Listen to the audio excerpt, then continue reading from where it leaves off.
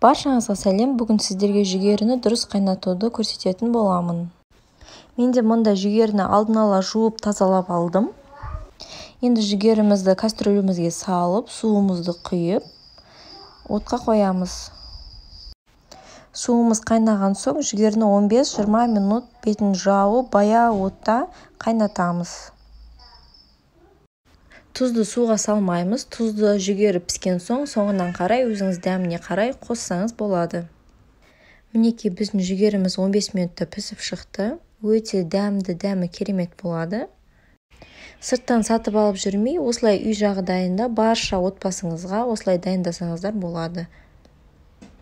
Сосын тағы бір айта кететін жайт, жүгері қайнап болған соң суын төгіп тастап, кастрөлге салып, бетін жауып қойыңыздар. Сонда жүгері қатып қалмайды.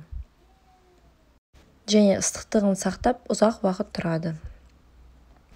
Берекелі дастархан каналында осындай пайдалы рецепттермен бөлісетін боламын. Каналға тіркеліп, қоңыраушаны басып қоюды ұмытпаңыздар.